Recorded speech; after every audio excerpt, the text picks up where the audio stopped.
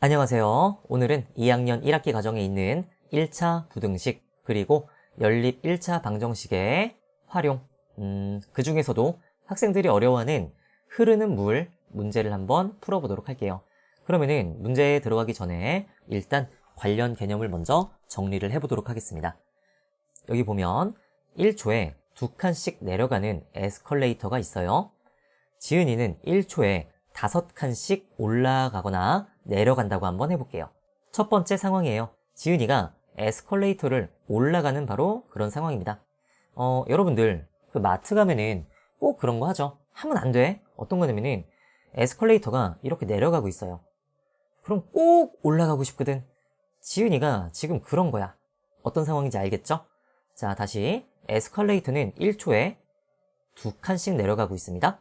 그리고 지은이는 1초에 5칸씩 올라가거나 내려가고 있어요. 그러면은 지은이가 올라가죠. 한 칸, 두 칸, 세 칸, 네 칸, 5칸을 올라가는데 여러분 해봐서 알겠지만 실제로 이렇게 5칸씩 올라가지지가 않죠. 왜냐면은 에스컬레이터가 1초에 2칸씩 내려가고 있으니까 자, 여러분의 실제 위치는 다시 한 칸, 두 칸을 거꾸로 가기 때문에 실제로는 하나, 둘, 세 칸만 올라가게 되는 거죠. 그래서 우리가 그 계산을 어떻게 하면 조금 쉽게 할 수 있을까라고 생각을 해봤더니 5칸을 올라가는데 2칸을 내려가니까 빼주면 되는 거죠. 왜요? 내가 실제로 올라가는 방향과 에스컬레이터의 방향이 서로 반대이기 때문에 이런 식으로 빼줘야 실제 내가 어느 만큼 움직이는지를 구할 수 있다는 얘기가 되겠네요. 다음은 지은이가 에스컬레이터를 타고 내려갈 때예요. 에스컬레이터도 내려가고 있는데 지은이도 내려가. 자, 둘의 방향이 같기 때문에 더 빨리 가겠죠? 계산은 어떻게 하면 되겠어요? 지은이가 1초에 5칸씩 내려가고 있는데 에스컬레이터도 같은 방향으로 2칸씩 내려가기 때문에 그 칸수를 더해준 만큼 내려갈 거라는 거예요. 이걸 한번 배로 바꿔 생각해 볼게요. 자, 1초에 2칸씩 내려가는 에스컬레이터. 자, 물이 1초에 물의 속력을 1초로 재진 않겠지만 그렇다고 할게요. 자, 물이 1초에 2씩 아래로 흘러 내려가고 있다. 자, 그런데 배의 속력은 5라는 거예요. 그러면은 두 가지 상황이 있을 수가 있겠죠? 첫 번째, 어떤 상황이냐면은 배와 물의 움직이는 방향이 서로 반대일 때는 실제로 움직이는 그 배의 속력은 우리가 어떻게 계산을 한다? 뺨으로써 계산을 한다. 즉, 이것을 배와 물로 바꾸어 한번 생각을 해보면 배의 속력에서 물의 속력을 뺀 게 바로 실제로 움직이는 배의 속력이 된다는 얘기예요. 그러면은 두 번째는 어떤 상황이 있겠어요? 배와 물이 서로 같은 방향으로 움직이는 거죠. 그때 배의 실제 움직임은 여기 나와 있는 것처럼 배의 속력과 물의 속력을 더해주면 된다는 거예요. 다시 어떻게 계산하자? 배의 속력과 물의 속력을 더한 게 실제로 움직이는 바로 배의 속력이다. 자, 그래서 이 두 가지만 잘 알아둬도 오늘 네 문제를 풀어볼 텐데 어렵지 않게 풀 수 있을 것 같아요. 자, 오늘의 첫 번째 문제입니다. 정지한 물에서의 속력이 시속 12km인 배가 시속 8km로 흐르는 강물을 거슬러 올라갔다가 내려오려고 한다. 걸리는 시간을 3시간 이내로 하려면 최대 몇 킬로미터까지 거슬러 올라갔다가 내려올 수 있는지 구해보라는, 자, 물이 흐르고 있고 그 물을 거슬러 올라가기도 하고 내려오기도 하는 그런 문제예요. 그러면 우리가 기본적으로 거리 속력 시간, 짧게 줄여서 거속시라고 할게요. 거리 속력 시간 문제 푸는데 어려움이 있는 학생들을 위해서 표를 한번 그리면서 문제를 풀어보도록 할게요. 세로축에는 거, 속, 시를 써주고요. 가로축에는 문제에서의 어떤 상황을 써주면 되는데 지금 문제를 보면 올라갈 때가 있고요. 내려올 때가 있으니까 이렇게 써주면 될 것 같아요. 자, 그리고 주어진 정보. 자, 배 자체의 속력이 10이다. 여기다 써줄게요. 자, 배 자체의 속력이 12km, 시속 12km고 강물 자체의 속력은 자, 선생님은 물이라고만 쓸게요. 8km/h다. 자, 이렇게 쓰기만 해도 벌써 이 6칸 중에 2칸이 채워지죠. 올라갈 때의 속력. 올라간다? 물은 위에서 아래로 흐르는데 지금 배는 올라간다? 둘이 반대 방향으로 움직인다? 아까 앞에서 우리 어떻게 하기로 했었나요? 그렇죠. 빼기로 했었죠. 자, 따라서 올라갈 때 배의 실제 속력은 12 빼기 8이 되고, 내려올 때는 배와 물이 같은 방향으로 움직이기 때문에 둘을 더해주면 12 더하기 8이라는 실제 속력을 갖는다는 얘기예요. 다음은 걸리는 시간을 3시간 이내로 하고 싶대요. 걸리는 시간, 그렇죠. 걸리는 시간이라는 거는 올라갈 때의 시간과 내려올 때의 시간을 더한 게 바로 걸린 시간이네요. 즉, 이 값이 3시간 이내, 이내라는 것은 이하, 자, 따라서 3 이하면 되겠다. 그러면 어디를 미지수로 놓아야 하는지 벌써 눈에 보이죠? 그렇죠. 올라갈 때의 거리를 x라고 하면, 자, 어차피 같은 거리의 강을 올라갔다가 내려오는 거기 때문에 내려올 때의 거리도 x가 되겠네요. 그럼 여기 빈칸은 어떻게 채우나요? 시간이죠. 자, 시간은 우리가 속력분의 거리라는 것을 알고 있기 때문에 이 두 가지를 조합해주면 될 것 같아요. 자, 12 빼기 8은 4. 자, 따라서 4분의 x가 바로 올라갈 때의 시간, 내려올 때 시간 마찬가지로 계산을 해주면 20분의 x. 자, 그래서 1차 부등식을 완성했습니다. 그럼 이제 계산을 한번 빠르게 해볼게요. 자, 꼴배기 싫은 분모를 없애기 위해서 20을 곱해주면, 자, 여기다 20을 곱해주면 5x 더하기 x 작거나 같다. 우변에도 곱해야죠. 그래서 20 곱하기 3이니까 60. 계산해주면 6x는 60보다 작거나 같다. x는 10보다 작거나 같다. 라는 부등식의 해를 구할 수가 있네요. 지난 영상 본 학생들은 알겠지만 항상 활용 문제는 답까지 꼼꼼하게 잘 써야 합니다. 자, 문제를 보면은 최대 몇 킬로미터까지 거슬러 올라갔다가 내려올 수 있느냐. 즉, 강의 거리를 물어보고 있죠. 그런데 아까 우리가 강물의 거리, 그쵸? 강의 거리를 x라고 놨기 때문에 바로 문제에서 원하는 게 바로 x라는 거 알 수 있겠네요. 그럼 x가 10 이하다. 즉, x는 최대 10이다. 자, 따라서 정답은 10km 단위까지 꼼꼼하게 써주면 첫 번째 문제 잘 풀어봤습니다. 두 번째 문제입니다. 전체 길이가 120km이고 강물의 속력이 시속 4km로 일정한 강을 배를 타고 10시간 이내에 왕복하려고 한다. 강을 따라 내려갈 때의 배 자체의 속력이 시속 26km다. 그때 강을 거슬러 올라갈 때의 배의 속력은 시속 몇 킬로미터 이상이어야 하는지 구해라. 문제를 읽어보니까 아까 문제와 가장 큰 차이점이 느껴지나요? 그렇죠. 이 문제는 배의 속력이 변하고 있죠. 바로 이 부분이죠. 강을 따라 내려갈 때의 배 자체의 속력이 시속 26km다. 근데 문제에서 물어본 거는 강을 거슬러 올라갈 때의 배의 속력을 물어봤어요. 즉, 이 문제는 올라갈 때와 내려올 때가 배의 속력이 다르단 얘기예요. 그럼 문제를 읽으면서 한번 우리가 중요한 정보를 한번 써볼게요. 첫 번째, 바로 배의 속력이다. 여기 보면 내려갈 때의 배의 속력이 있고요. 올라갈 때의 배의 속력이 있다. 그런데 내려갈 때의 배의 속력은 시속 26km다 라고 나와 있는데 올라갈 때의 배의 속력을 모르니까 요것을 xkm다. 물론 둘 다 시속으로 쓸게요. 왜냐하면 문제에서 시간이라는 단위를 사용하고 있기 때문이죠. 다음은 여기 나왔네요. 강물의 속력이 주어져 있죠. 자, 강물의 속력이 시속 4km다. 그럼 다음은요? 그렇죠.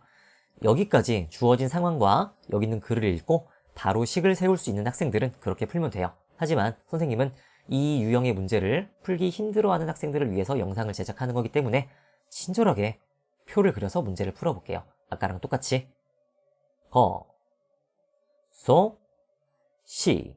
다음 내려갈 때, 올라갈 때. 쉽죠? 자, 그러면 주어진 정보를 이용해서 속력 빈칸을 채워줍시다. 자, 내려갈 때, 내려갈 때, 내려갈 때. 내려갈 때는 배와 물의 방향이 같다. 자, 따라서 속력을 더해준다. 26 더하기 4. 올라갈 때는 빼준다. x 빼기 4라는 속력을 가진다. 다음은 거리를 볼까요? 전체 길이가 120km인 강이다. 즉, 나는 내려갈 때도 120이라는 거리를 갈 거고 올라갈 때도 마찬가지의 거리를 움직일 것이다. 그럼 시간은요? 여기 있네요. 나는 10시간 이내로 왕복하고 싶다. 즉, 내려갈 때의 시간과 올라갈 때 시간을 더하면 10시간 이내, 즉 10 이하다 라고 식을 세우면 되겠어요. 그러면 빈칸만 채우면 되겠네요. 시간은 속력분의 거리. 26과 4를 더해주면 30이죠. 자, 따라서 30분의 120 더하기 x 빼기 4분의 120이라는 비록 x가 분모에 있지만 부등식을 완성을 했네요. 계산을 하죠.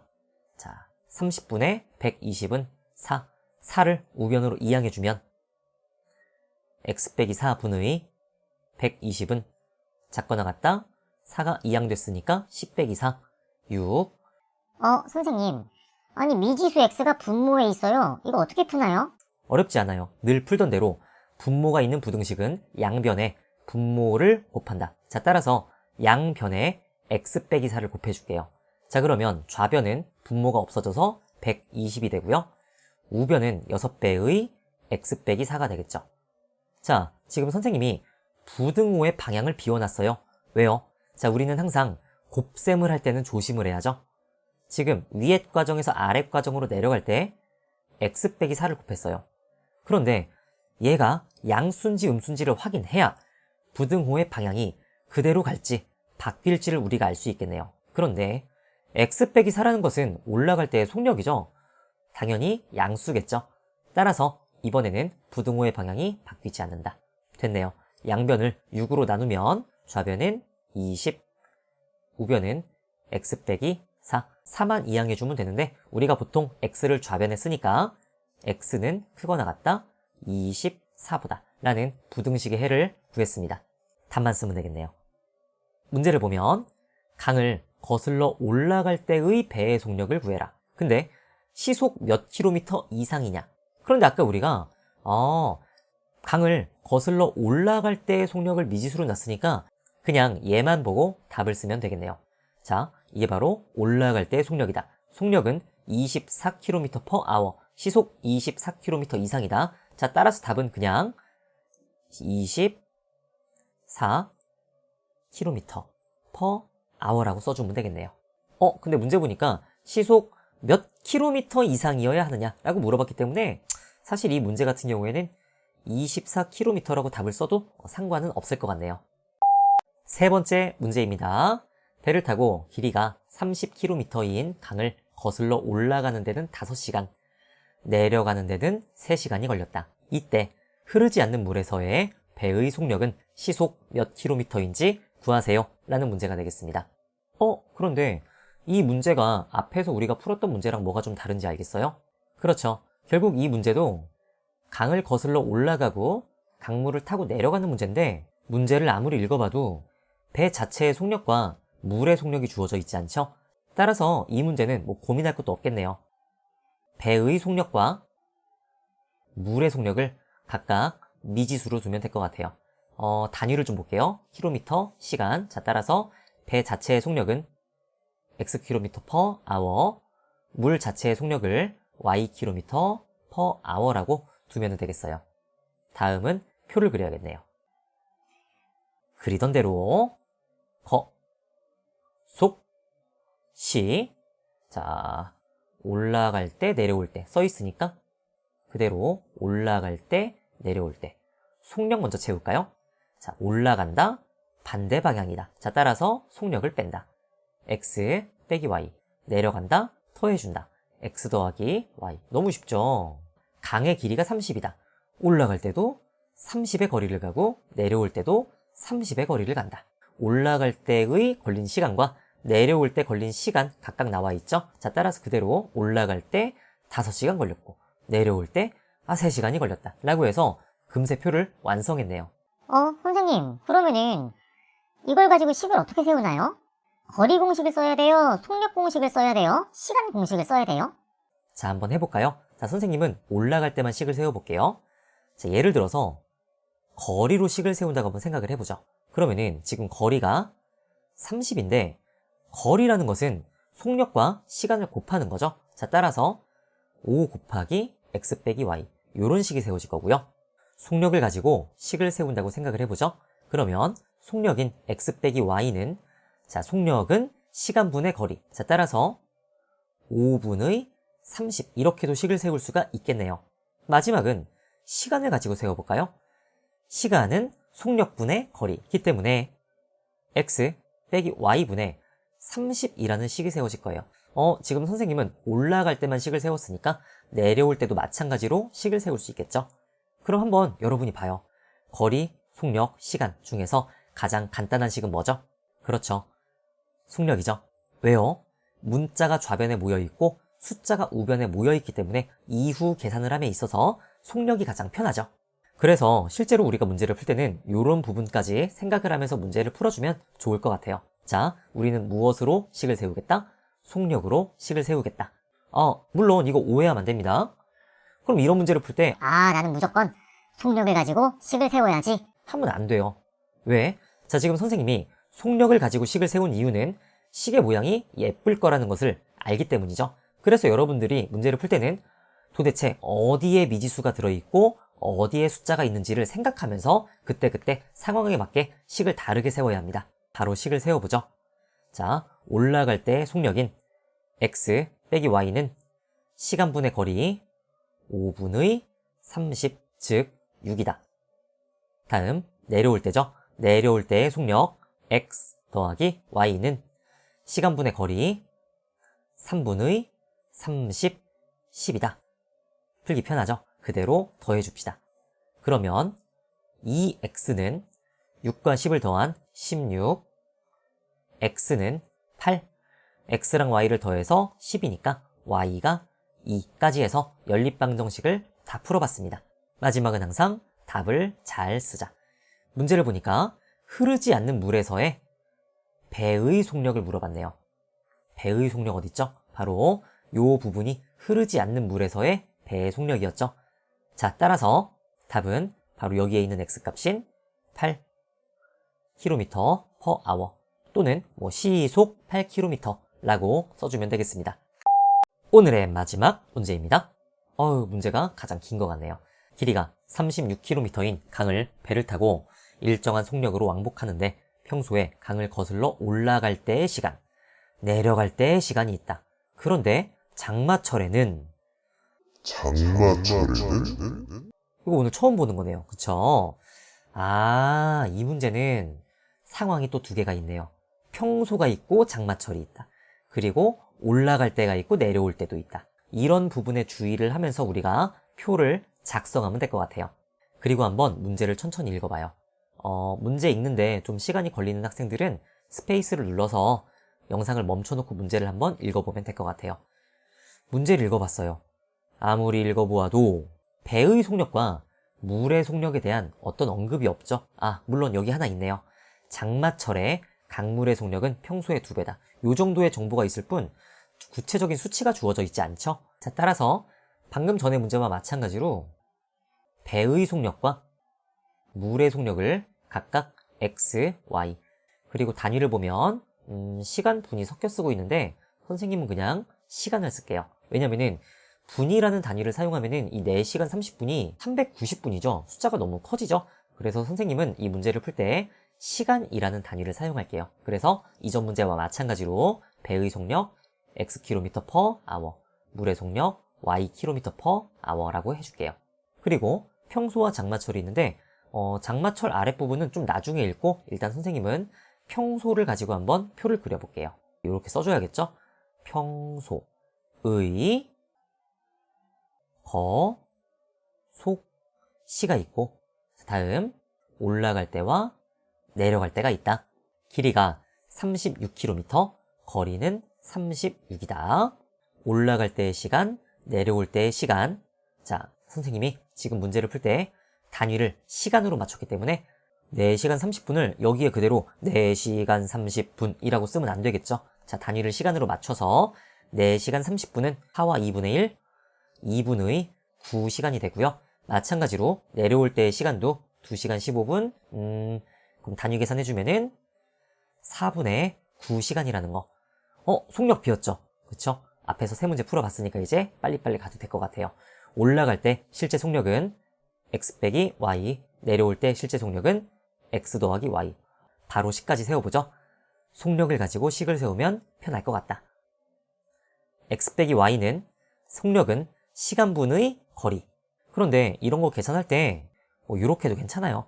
2분의 9분의 36이라고 해서 번분수 계산을 통해서 우리가 이 값을 구해도 되는데 선생님은 그것보다는 시간분의 거리라는 것은 거리 나누기 시간, 즉 거리 곱하기 시간의 역수죠. 그래서 36 곱하기 9분의 2로 계산을 해도 괜찮을 것 같아요. 그럼 계산을 하면 4, 2, 8이다. 다음은 내려올 때죠. x 더하기 y는 자 마찬가지로 갈게요. 시간분의 거리, 거리 나누기 시간, 거리 곱하기 시간의 역수이기 때문에 36 곱하기 9분의 4. 자, 약분해 주면은 16. 연립방정식. 자, 둘이 더해주자. 그러면 2x는 24, x는 12, 더해서 16이니까 y는 4라는 것까지 쉽게 구했죠? 이제 이 문제의 하이라이트 장마철로 가볼게요. 보니까 장마철에는 강물이 평소의 2배가 된다. 그렇겠네요. 뭐 빨리 흐르겠지? 장마철에는 배가 같은 거리를 거슬러 올라갈 때 걸리는 시간이 변하지 않으려면 올라가야 돼? 근데 올라가는데 물이 2배로 빨리 흘러. 그런데 걸리는 시간이 변하지 않아야 돼. 그럼 당연히 배가 더 빨리 움직여야겠죠? 자, 그래서 문제에서 그걸 물어봤네요. 흐르지 않는 물에서 배의 속력은 평소에 몇 배가 되어야 하는지 구하시오. 즉, 장마철이라는 새로운 상황이 있고요. 장마철에서는 배의 속력과 물의 속력이 다 변해야 되기 때문에 자, 새롭게 기입을 해줄게요. 지금 선생님이 파란색으로 쓰는 게 장마철이에요. 자, 장마철의 배의 속력과 장마철의 물의 속력. 그런데 자, 강물의 속력은 평소에 2배다. 즉, 강물의 속력은 우리가 2y라고 쓸 수가 있을 텐데 아까 우리가 y를 구했죠? 자, 그래서 물의 속력은 8이다. 단위는 생략할게요. 그런데 배의 속력을 물어보는 문제였죠? 자, 그래서 여기에 새로운 미지수를 놓을게요. 아까 x랑 y를 놨으니까 여기는 새로운 미지수 z라고 하면 되겠네요. 그리고 또 새로운 표가 필요할 것 같아요. 자, 지금 여기는 장마 때의 거, 속, 시, 올라갈 때, 내려올 때인데 자, 장마철에 써있는 상황을 보면은 장마철에 내려가는 것은 지금 상황을 생각하지 않죠? 그래서 이쪽은 필요가 없고요. 장마철에 올라가는 상황만 보면 되겠습니다. 거리, 장마가 온다고 해서 뭐 강의 거리가 길어지진 않죠? 자, 그래서 36 그대로 써주고요. 속력, 올라갈 때예요. 그러면은 빼주는 거 알죠? 자, 그래서 여기는 z 빼기 8. 그럼 시간은요? 그렇죠. 여기 써있죠? 우리가 원하는 거는 장마철에 올라가는데 걸리는 시간이 변하지 않아야 돼요. 올라갈 때 시간이 2분의 9시간 걸렸죠? 이 시간은 변하지 않아야 합니다. 라고 해서 식을 세웠어요. 그럼 지금 여기를 보면 알겠지만 이번에도 마찬가지로 속력을 이용해서 계산하면 되겠습니다. z 빼기 8은 자, 시간분의 거리 36 곱하기 9분의 2 계산해 주면은 8. 자, z 빼기 8이 8이니까 z는 16이다까지 구해봤어요. 요게 답인지도 확인을 해봐야겠죠. 자, 문제에서 뭘 물어봤냐면은 장마철 때 물에서의 배의 속력은 평소에 몇 배가 되어야 하느냐. 이 문제는 마지막에 바로 평소와 장마철 때의 배의 속력을 비교하는 문제네요. 문자로 써보면은 누가 누구의 몇 배냐? 장마철 때 배의 속력인 z가 x의 몇 배가 되느냐? 라고 물어봤기 때문에 우리는 z를 x로 나눠주면 되겠네요. x 구했고 z 구했으니까 그대로 계산을 해주면은 자, 16 나누기 12 12분의 16 약분해주면 3분의 4배다. 자, 그래서 요게 바로 마지막 문제의 정답이었습니다. 자, 오늘도 수고하셨습니다. 자, 오늘 우리가 무엇을 배웠다? 1차 부등식 그리고 연립 1차 방정식의 활용, 흐르는 물에 대한 문제였고요. 흐르는 물의 문제는 항상 요것에 집중합시다. 무엇과 무엇? 배의 속력과 물의 속력, 다시 배의 속력과 물의 속력에 집중해서, 그리고 배와 물이 서로 반대 방향으로 가고 있는지 같은 방향으로 가고 있는지, 그에 따라서 실제 속력을 내가 계산하는 방법이 뺄 것인지 더할 것인지가 달라진다. 이런 부분에 유의해서 여러분들이 문제 풀어주면 굉장히 쉽게 풀린다는 걸 알 수 있을 거예요. 자, 그럼 오늘도 수고하셨습니다. 잠깐! 선생님이 깜빡한 게 있어요. 오늘 우리가 풀어본 활용 문제는 1차 부등식도 있었고 연립 1차 방정식도 있었어요. 그런데 선생님이 문제 풀기 전에 야, 이 문제는 1차 부등식이야 라든지 이 문제는 연립 1차 방정식이야 라고 얘기를 하지 않았어요. 사실 활용 문제를 딱 보자마자 이 문제가 부등식 문제인지 방정식 문제인지 한눈에 파악하기는 쉽지가 않아요. 하지만 오늘 선생님이 문제 푼 것처럼 원칙에 입각해서 미지수를 두고 표를 그리고 식을 세우다 보면은 자연스럽게 부등식 문제인지 방정식 문제인지 여러분들이 알아가게 될 것 같아요. 자, 그러면 진짜 안녕.